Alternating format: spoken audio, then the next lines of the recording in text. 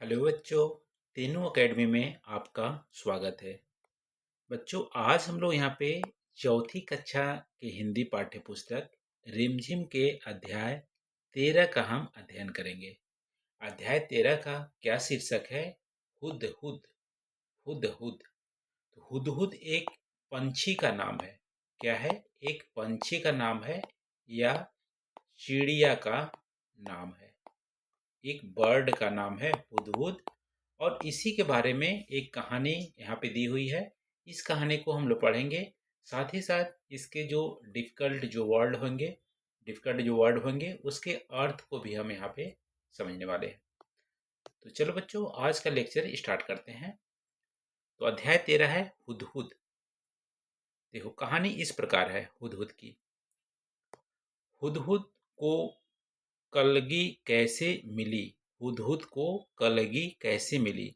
कलगी क्या होता है? कलगी देखो, जो ये हिस्सा है ना, ये वाला, इसके सर पे जो उठा हुआ उभरा हुआ हिस्सा होता है उसको बोलते हैं कलगी। तो किसी भी चिड़िया के सर पे जो उठा हुआ हिस्सा होता है उसको बोलते हैं कलगी। हुदहुद को कलगी कैसे मिली, इसी के बारे में एक कहानी दी हुई है। एक बार सुलेमान नाम के बादशाह आकाश में उड़ने वाले अपने उड़न खटोले पर बैठे कहीं जा रहे थे। कौन जा रहे थे? सुलेमान। सुलेमान, ठीक है। सुलेमान कौन थे? एक बादशाह थे, एक राजा थे। राजा सुलेमान कहाँ जा रहे थे? आकाश मार्ग से जा रहे थे अपने उड़न खटोले पर बैठकर।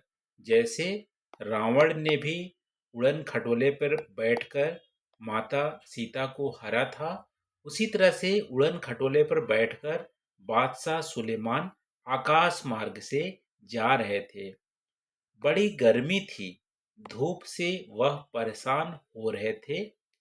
आकाश में उड़ने वाले गिद्धों से उन्होंने कहा कि अपने पंखों से तुम लोग मेरे सिर पर छाया कर दो। ठीक है। गर्मी का मौसम था, उड़न खटोला तो था उनके पास, लेकिन ऊपर कुछ छाया करने के लिए जगह नहीं थी उड़न खटोले पर। तो राजा सुलेमान ने गिद्धों से मदद मांगी। गिद्ध एक तरह से ये भी हमारा पंछी है। गिद्ध पंछी का नाम है।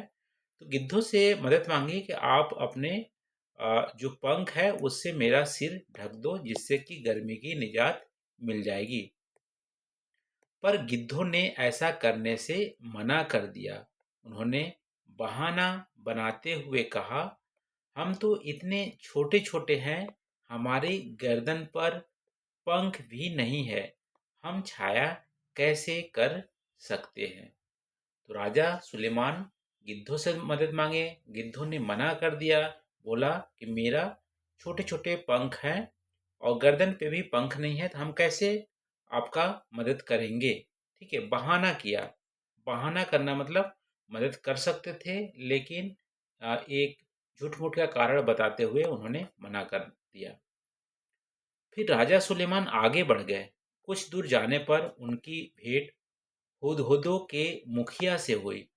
हुदहुद, ठीक है, हुदहुद फिर एक पंछी का नाम है। इनके मुखिया से हुई। सुलेमान ने उससे भी मदद मांगी। वह चतुर था। कौन चतुर था? हुदहुदों के मुखिया वह चतुर था। उसने फौरन अपने दल के सभी हुदहुदों को इकट्ठा करके बादशाह सुलेमान के ऊपर छाया कर दी। ठीक है, बादशाह सुलेमान के ऊपर छाया कर दी। सुलेमान बोले, मैंने गिद्धों से भी मदद मांगी थी, वे मेरी मदद कर सकते थे, पर उन्होंने मेरी मदद नहीं की। तुम गिद्धों से छोटे तो हो, पर चतुर अधिक हो। तुम सबने मिलकर मेरी सहायता की है।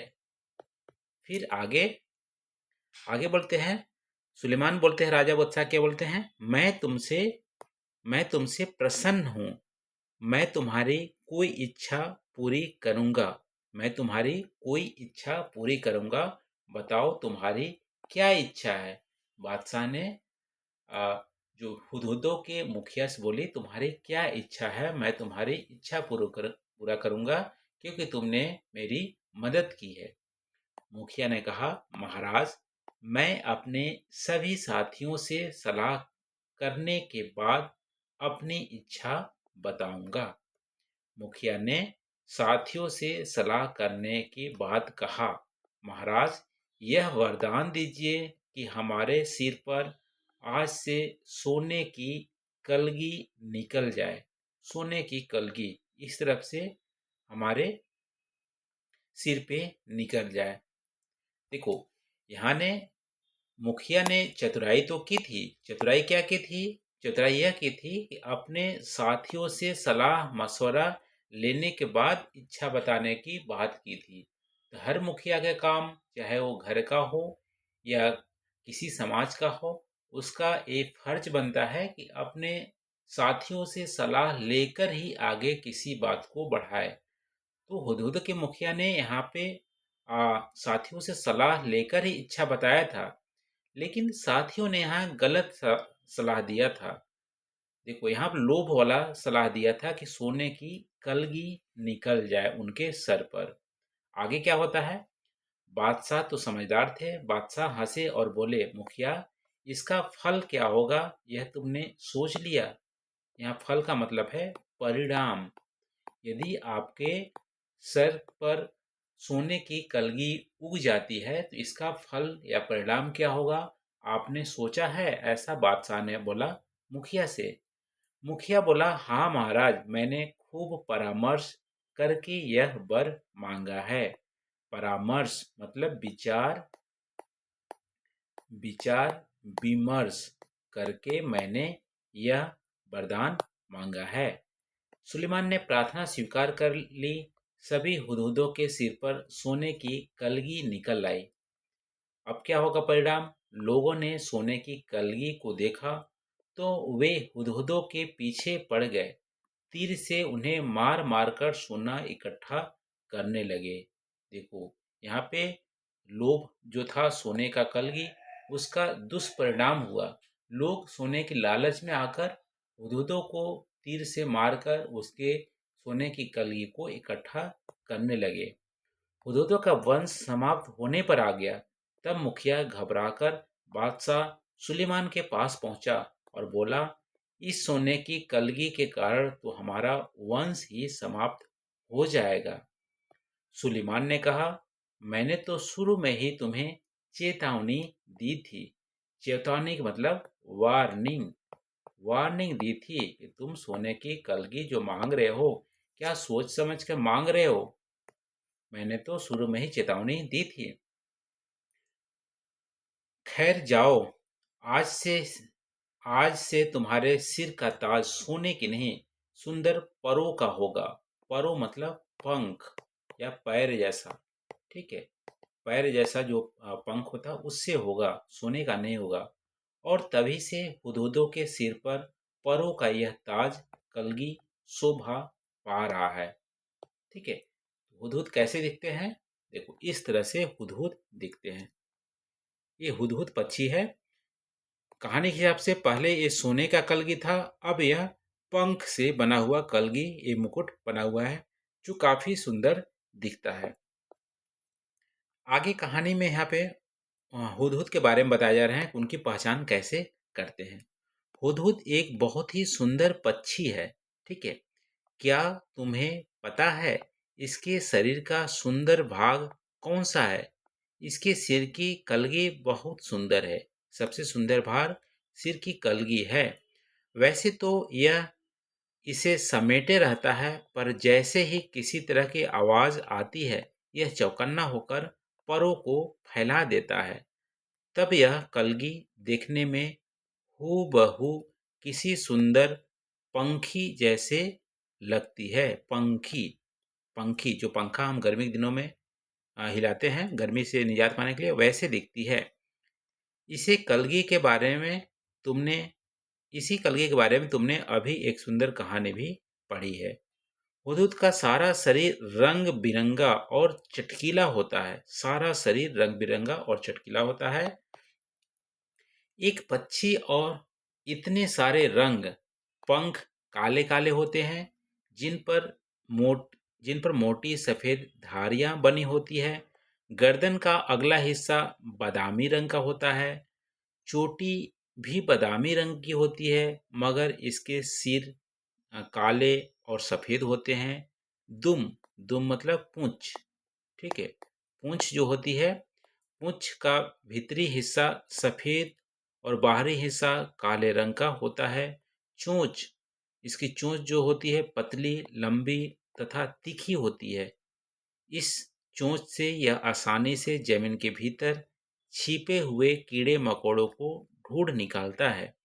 इसकी चोंच नाखून काटने वाली नहरनी से बहुत मिलती है और शायद इसीलिए कहीं-कहीं इसे हजामिन चिड़िया के नाम से भी पुकारते हैं। देखो, अभ्यास प्रश्न में यहाँ पे पूछा गया है कि इसे हजामिन क्यों बोलते हैं। तो हजामिन इसलिए, हजामिन किसको बोलते हैं? नाखून काटने वाले, बाल काटने वाले को हजामिन बोला जाता है। तो यहाँ पे इसकी जो चोंच होती है ना, वो नाखून काटने वाली जो अ, नेल कटर होता है उस तरह से होता है, नहरनी जिसको बोलते हैं हिंदी में। इसीलिए इसको हजामिन चिड़िया के नाम से पुकारते हैं। हुदहुद हमारे देश के सभी भागों में पाए जाते हैं। इस तरह से हुदहुद जब उड़ते हैं तो आपको देखने को मिलेंगे। हुदहुद हमारे देश में सभी जगह पर पाए जाते हैं। तुमने इसे अपने घर के आसपास अपनी तीखी चोंच से जमीन खोदते हुए अवश्य देखा होगा। बोलते समय यह 3 बार हुप हुप हुप सा कुछ कहता है, इसीलिए इसे अंग्रेजी में हुप ऊ कहा जाता है। हुप ऊ कहा जाता है अंग्रेजी में। हिंदी में इसे हुदहुद कहते हैं। दूब में कीड़ा ढूंढने का हमारे देश में कहीं कहीं इसे पदुबया भी कहते हैं। दूब से कीड़ा निकालता है तो पदुबया भी कहते हैं। और सुंदर कलगी की वजह से कुछ देशों में लोग इसे शाह सुलेमान कहकर पुकारते हैं। कलगी जो है उसके चलते कुछ देश में इसे शाह सुलेमान कहते हैं। तो क्या क्या नाम हो गया? देखो, एक तो हुदहुद नाम हो गया, ठीक है, पहला हुदहुद नाम हो गया। दूसरा क्या नाम हो गया? इंग्लिश में इसे बोलते हैं हुप ऊ बोलते हैं। फिर इसे क्या बोलते हैं? पदु बया बोलते हैं, तीसरा हो गया। चौथा इसका हो गया शाह सुलेमान बोलते हैं। और पांचवा क्या बोलते हैं? हजामिन, हजामिन भी बोलते हैं। तो 5 नाम हुदहुद के यहाँ पे बताए गए हैं। देखो, मादा हुदहुद 3 से 10 तक अंडे देती है। जब तक बच्चे अंडे से बाहर नहीं निकल जाते वह अंडों पर बैठी रहती है, हटती नहीं है। नर, देखो नर मतलब पुरुष, तो पुरुष जो होता है, मादा मतलब स्त्री, माँ जो स्त्री होता है वो 3 से 10 अंडे देती है और नर जो पुरुष होता है वह वही भोजन लाकर उसे खिलाता है, माँ को खिलाता है। पर दोनों में से कोई भी घोंसले की सफाई नहीं करता। घोंसले की सफाई दोनों में से कोई नहीं करता। घोंसला वैसे ही गंदा पड़ा रहता है। संसार के विख्यात पक्षियों में से एक है यह हुदहुद। यह अपनी सुंदरता के लिए तो मशहूर है, पर इसे पालतू नहीं बनाया जा सकता है और न ही इसकी बोली में मिठास है। इसकी बोली हुप हुप हुप बोलती है, मिठास नहीं है, इसलिए इसे पालतू नहीं बनाते हैं और लोग इसके पास में नहीं रखते हैं। तो ये रहा बच्चों हुदहुद की कहानी। और आज के इस वीडियो में इतना ही। अगली वीडियो में हम लोग इसके अभ्यास प्रश्न को हल करेंगे। Thank you.